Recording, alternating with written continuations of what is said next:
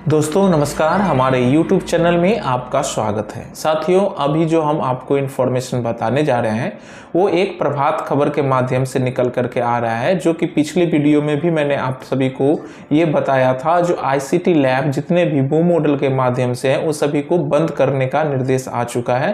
अब सभी जितने ICT लैब हैं, जितने भी बू मॉडल से स्थापित किए गए थे, उन सभी ICT लैब को बंद कर दिया जाएगा। क्या कुछ इन्फॉर्मेशन निकल कर आ रहा है प्रभात खबर के माध्यम से, आप भी चाहें तो आप देख सकते हैं। आप जिस भी जिला में हैं, यदि आप दरभंगा जिला से हैं तो दरभंगा जिला के प्रभात खबर में, प्रभात खबर के अखबार के अंतिम पेज पर इस खबर को विस्तार से छापा गया है। आप जिस जिला से देख रहे हैं उस जिला में भी प्रभात खबर के किसी न किसी पन्ने में छापा गया होगा, आप जाकर के उसको देख सकते हैं साथियों। नहीं तो मैं आपको बताता हूँ क्या कुछ इन्फॉर्मेशन निकल के आ रहा है। सबसे पहले हम तो ये जानेंगे जो बू मॉडल का मतलब क्या होता है। जो बू मॉडल जितने हैं, बू मॉडल का मतलब होता है build on operate. Build on operate माध्यम से जितने भी ICT लैब लगे हुए हैं उन सभी को बंद कर दिया जाएगा।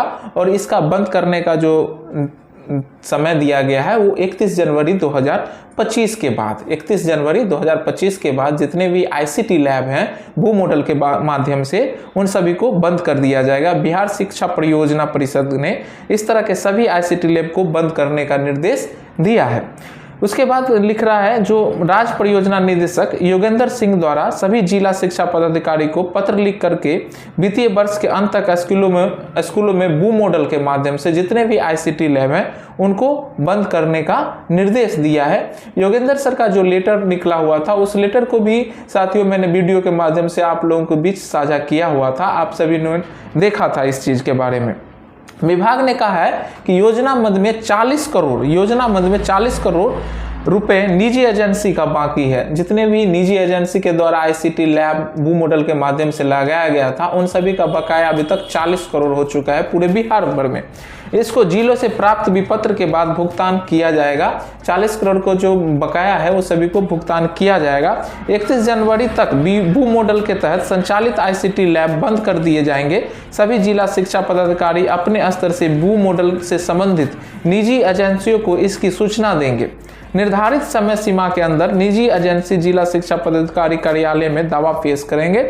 इसके आधार पर जिलावार बकाया 40 करोड़ रुपए को बांटे जाएंगे। दिसंबर माह में ही एजेंसी को राशि के लिए दावा पेश करने का समय दिया गया है और बताया गया है कि यदि आप 31 दिसंबर तक आप अपना दावा पेश करें, आपका जो भी डॉक्यूमेंट है वो सारा डॉक्यूमेंट, आपका कितना बकाया है, किस जिले से कितना बकाया है, उस निजी एजेंसी को अपने जिला शिक्षा पदाधिकारी के सामने ये विपत्र भर कर देना होगा, तभी उन सभी का पेमेंट हो जाएगा। पटना में जो है 163 ICT लैब होंगे बंद। जो बू मॉडल के माध्यम से पटना में 163 ICT लैब का संचालित किया जा रहा है, उन सभी को बंद कर दिया जाएगा। पटना के स्कूलों में कुल 246 ICT लैब संचालित किए जा रहे हैं, जिसमें 163 ICT लैब को बू मॉडल के तहत संचालित किए जा रहे थे। बू मॉडल के तहत संचालित सभी 163 ICT लैब 31 जनवरी को बंद हो जाएंगे। जिला शिक्षा पदाधिकारी संजय कुमार ने बताया कि विभाग से मिले निर्देश के बाद ICT लैब बंद करने की तैयारी शुरू कर दी गई है।